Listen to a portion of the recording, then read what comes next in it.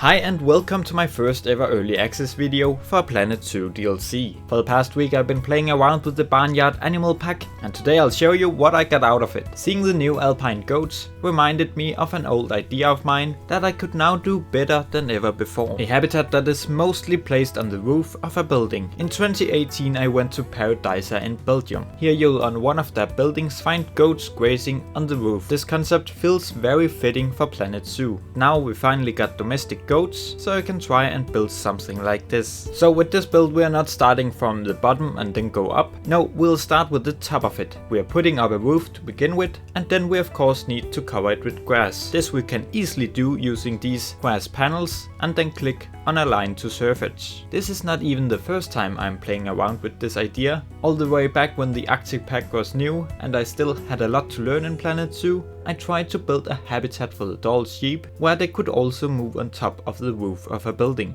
which is what you see here. Since then I have many times considered trying to do a better version of it with the ibex, but I've just never gotten around to do so. So when I saw we were getting the goats in the Barnyard pack, I knew the time had come. Therefore this build here today is not part of any of my ongoing zoos. It will be a standalone thing that I plan to upload as a blueprint later on, though there is a small extra build I might want to add to it before doing so, but we'll save that for another video. For a habitat to work in Planet Zoo you of course need a gate, and the gate must be placed on some terrain, so we cannot make this whole habitat only on top of construction pieces. I needed to add at least a bit of terrain somewhere. I could try and hide it inside of the building, but that would fill up a lot of space in there, and probably also mean I would end up with a larger building than planned. And I do want to use at least just a part of the building for a visible guest area. So I decided to add like a small paddock behind the building. To begin with I didn't really work much on it, I just needed it to work to get in some goats. So I'll fix this small part of the habitat later in the video. So up here on the top I also added a small shelter area for the goats to use. And to make it all feel less flat, I used different grass pieces on top of the grass panels.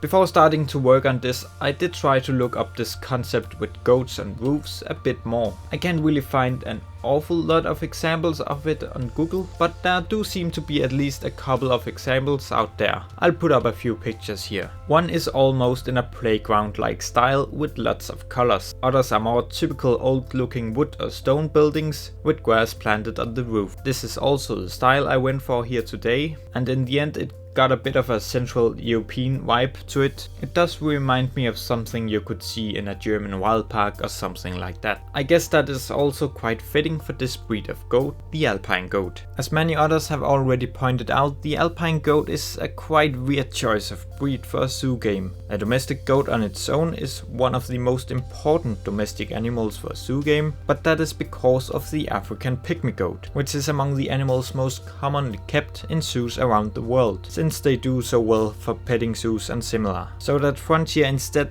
went with this pretty large breed of goat that only seem to be kept in a few zoos worldwide, as their choice of petting zoo goat does seem kind of odd. But what seems to be the thing with many of the breeds chosen for this pack is that while they are specific breeds, they do look quite generic. So if you just want a goat that looks like what you would expect from a goat, then this breed works well, even though I think the pygmy goat also fits that description. So after finishing up this tower I'm working on here, I will work on a part of a roof for which the goats cannot get onto. And to separate the goats from this part of the roof, I used one of the new fence pieces, or it's more like a gate piece actually, but it looks alright as a fence too. You can see it here, but for some reason I don't have the recording of putting this fence up. I don't know exactly what went wrong, but now you can notice it's here in the picture.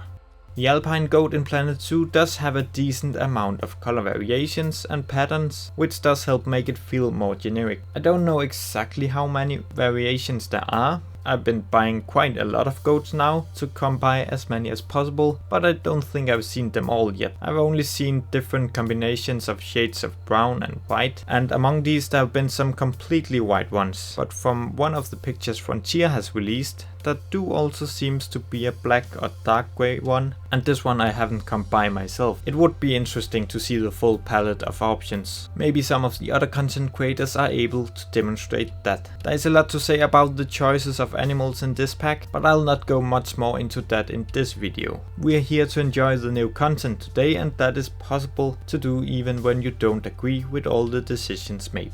And for this specific build today, I do quite like the goats on the bigger side, since that makes them easier to spot up on the roof. And for this build I also ended up using some pieces from the Europe pack that I've never really found use of before. These mosaic pieces with the ibex on, but for some reason the ibex is white on these, so it almost looks more like a goat to me. And they felt quite fitting on this building, so it was nice to finally get some use out of these. I've stumbled upon a minor bug, but it might just be an early access thing that could be fixed when the DLC is officially out.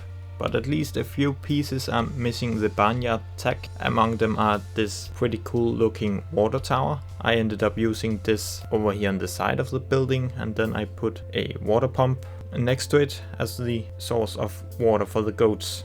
We've actually gotten a new water pump piece with this pack, but that is simply just a scenery piece. So just to add a bit of elevations to this roof build, and also just to have some part of the habitat that are more flat, I added these walls that the goats can walk and jump around on. And then I used some of the new scenery pieces to just decorate this. I just put them up a bit randomly up here, the new barrels and some milk cans or jugs or whatever you call these. I guess it might be a bit dangerous in case a goat tips one of these over and it falls down, but I guess we can say they are fixed to the ground in one way or another. Inside of the building there'll be a restaurant, and this door was supposed to be the one I want to use for the entrance into it, but I decided just to make this an implied door instead and then put the entrance somewhere else, so there's not really anything going on behind this door. I guess it's a kind of staff only way in or something. Maybe it can be opened up if there's an